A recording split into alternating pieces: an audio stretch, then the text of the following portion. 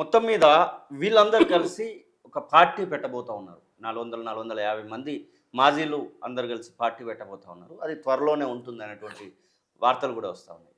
నిజంగానే అలాంటి ఆలోచన చేస్తే ఎట్లా ఉంటుందనుకుంటా ఉన్నారు? మీరు దాన్ని ఆహ్వానిస్తారా? మీరు దానిలో పని చేయబోతా ఉన్నారా? అసలు ఆ పార్టీ నిలుస్తుందా అంటే ఏం చెప్తారు? నేను మొదటి నుంచి చెప్పేది, ఇవాళ కాదు నేను చెప్పేది. నేను వచ్చిన రోజు అది మార్చుకోవాలి, సాయుధ పోరాటం సాధ్యం కాదు, దాని రూట్ మార్చాలన్నా నేను. ఎస్. సిద్ధాంతం మార్చాలనలే, రూట్ మార్చాలి, సాయుధ పోరాట మార్గం మార్చాలి.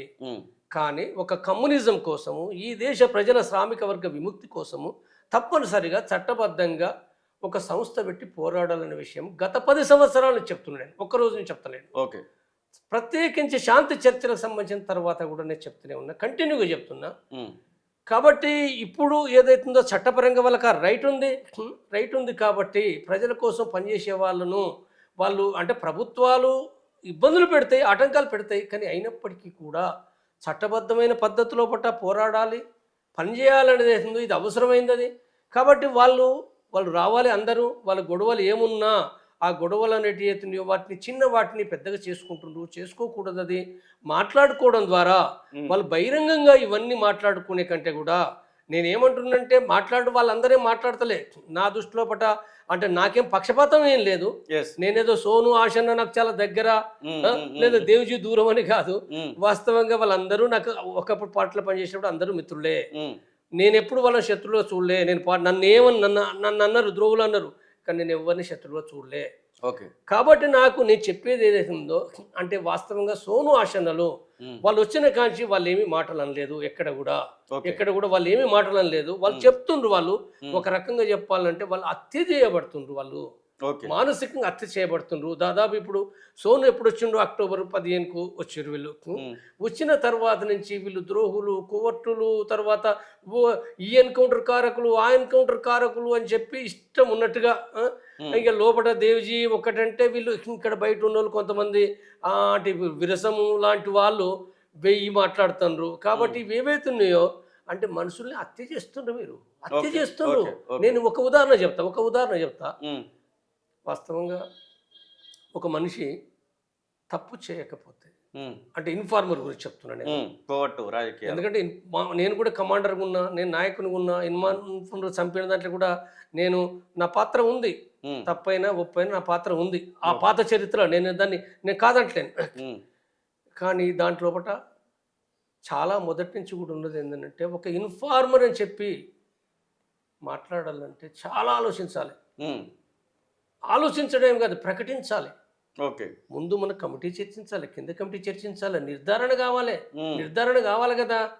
మరి లేకుండా మనము ఆరోపణ చేయడం అంటే ఏంటిది? అంటే మనిషిని హత్య చేయడం కదా. ఓకే. ఇన్ఫార్మర్ అంటే మామూలు విషయం కాదు అది. అవును. ఇన్ఫార్మర్ అంటే అట్లా సాధారణ ప్రజలు ఒక ధనికరైతే చచ్చిపోతాడు.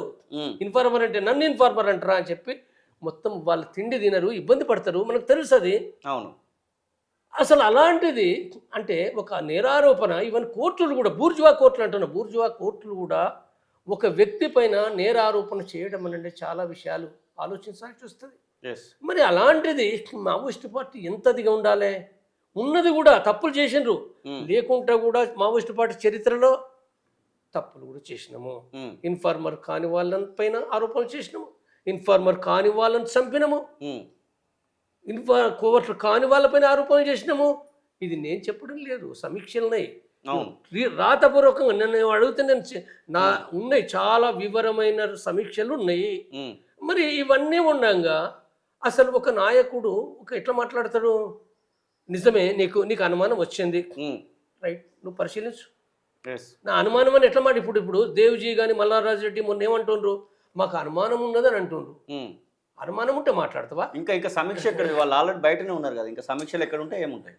అనుమానం ఉంటే నేనేమంటున్నట్టే, నీ అనుమానం ఉంటే మాట్లాడతావా? నీ అనుమానం ఉంటే మరి నీ పైన కూడా 1,00,000 అనుమానాలు ఉన్నాయి. ఓకే.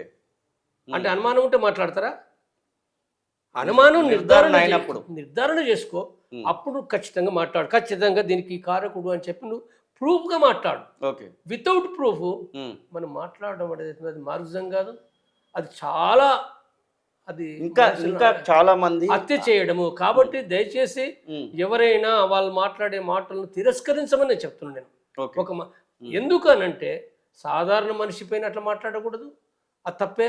మావోయిస్టు పార్టీ చేసిన దాంట్లో గతంలో కూడా నేను స్పష్టంగా చెప్తున్నా. ఇప్పుడు కొంతమంది అనొచ్చు జంపన్న అంటే నేనేం చేయాలి అలాంటిది, కానీ నేను దానికి బాధ్యత వహిస్తా కాబట్టి తెలుసు. నా చరిత్ర 8.5 ములుగు లోపట నేనేం చేసినా అందరికీ తెలుసు. కాబట్టి నేను స్పష్టంగా చెప్పే విషయం ఏంటంటే ఎవరు కూడా అలాంటి మాటలు మాట్లాడకూడదు. మీరు వ్యతిరేకించండి.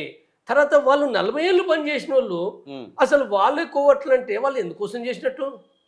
వాళ్ళు ప్రజల కోసం పనిచేయడం అనేది గొప్ప, నిస్వార్థంగా అన్ని వదులుకొని కుటుంబాలను వదులుకొని వాళ్ళు సాగుకు తెగించి పోరాడినారు కదా. నువ్వు మాత్రమే కాదు నేను అనేది, సాగుతో సాహసం చేసింది. మావోయిస్టులు పనిచేసిన వాళ్ళు అందరు సాగుతూ సాహసం చేయకపోతే అంటే ఒక్కరిద్దరు చేస్తారా? 40 ఏళ్ళు ఉన్నోడు యుద్ధంలో లేకుండా ఉన్నాడా? 100% ఉద్యమంలో ఉండాలి. కాబట్టి నువ్వు ఎందుకు ఒక చరిత్రను చిన్న మాటతోటి నువ్వు ఒక దాన్ని చేసి చరిత్రను నాశనం చేయొద్దు. మనం చరిత్ర నాశనం చేయొద్దు. ఓకే. ఇప్పుడు చాలా మంది ఇంకా అడవిలోనే ఉన్నారు అనేటువంటి వార్తలు చూస్తున్నాం. తెలంగాణ నుంచి ఉన్నారు 6 ఇంకా దానిలో లొంగిపోకుండా ఇంకా అడవిలో ఉన్నటువంటి వాళ్ళకి మీరేం చెప్తారు? ఎట్లాంటి సిచ్యువేషన్ ఉండబోతుందని మీరు నమ్ముతున్నారు? సుమారుగా నా దృష్టిలో ఉన్నది ఛత్తీస్గఢ్ లోపల 30-35 మంది ఉన్నట్టుగా తెలుస్తుంది. చాలా నుంచి నేను వింటున్నది. దాంట్లో కోయిల్బేడు లోపల ఒక రూపీ పేరుతో ఒక కమాండరు 10 మంది ఉన్నారు ఆడ. మిగిలిన వాళ్ళు ఇక్కడ ఈ తెలంగాణ బార్డర్లో ఉన్నారు. తెలంగాణలో కూడా ఒక 10 మంది ఉన్నట్టుగా తెలుస్తుంది. అంటే తెలంగాణ వాళ్ళు కాదు, వాళ్ళంతా ఛత్తీస్గఢ్ వాళ్ళే, కానీ తెలంగాణ వాళ్ళు ఇక్కడ ఉంటారు. చూస్తున్నాం కదా, సంవత్సరం కాంచి ఉంటున్న విషయం అందరికీ తెలుసు. నేను చెప్పడం కాదు, నేనేదో లీక్ చేసి అందరికీ తెలిసిన విషయాలు అయ్యి. తర్వాత ఒరిస్సా లోపల కూడా ఒక 10 మంది ఉన్నారు. ఇప్పుడు మొన్న రాష్ట్ర కమిటీ మెంబర్ వచ్చింది కదా, వచ్చిన తర్వాత ఇంకొక 10 మంది అక్కడ ఉన్నారు వాళ్ళు. తర్వాత ఇక మిగిలిన జార్ఖండ్ లోపల వాళ్ళు ఒక 35 మంది ఉండొచ్చు. అంటే సాగర్ దాని సిసి మెంబర్ ఉన్నాడా, తర్వాత ఆయన నాయకత్వంలో ఉన్నారు. కాబట్టి టోటల్గా లెక్క పెడితే కూడా 150కి లోపే ఉన్నట్టుగా మనకు అర్థమవుతుంది. బహుశా ఇప్పుడు ప్రభుత్వాలు అధికారులు ఏం చేస్తారంటే, ఇప్పుడు వాళ్ళ అధికారులు కూడా ఏం చేస్తారంటే కొంతమంది మిలిషియా వాళ్ళని కూడా తీసుకుపోయి సంఘ నాయకులను తీసుకుపోయి కూడా లొంగ తీసినట్టుగా చూపిస్తారు. సరే, మంచిదే, ఒకందుకు మంచిదే, వాళ్ళకి రికార్డు రావచ్చు. కానీ ఆ మిలిషియా వాళ్ళకు కూడా ఇక్కడి నుంచి కూడా మావోయిస్టులని ముద్ర లేకుండా వాళ్ళు ఉంటుంది, వాళ్ళ జీవితం వాళ్ళ స్వేచ్ఛగా జీవించవచ్చు కదా. కాబట్టి ఏదైనప్పటికీ బహుశా నేనేమనుకుంటున్నానంటే 31 లోపు కొన్ని మళ్ళీ సరెండర్ అయితే నేను చాలా బలంగా నమ్ముతున్నాను. తక్కువనే కదా, లేదు టైం లేదు కదా, బలంగా నమ్ముతున్నా నేను. తప్పనిసరి చేస్తారు వాళ్ళు. దాంట్లో ఎవరు ఉంటారు అనేది నేను పేరు చెప్పలేని ఉండొచ్చు వాళ్ళు. కాబట్టి సాగర్ ఉంటాడా, గణపతి ఉంటాడా, ఎవరు ఉంటారు అనేది మనం చెప్పలేము. కాబట్టి ఏదేమైనప్పటికీ వాళ్ళు ఇప్పుడు ఈ కాలంలో నిన్న మొన్న కూడా 6 వచ్చారు. నిన్న మొన్న పాపరావు తర్వాత కూడా కాంకే నుంచి ఒక 6 వచ్చారు.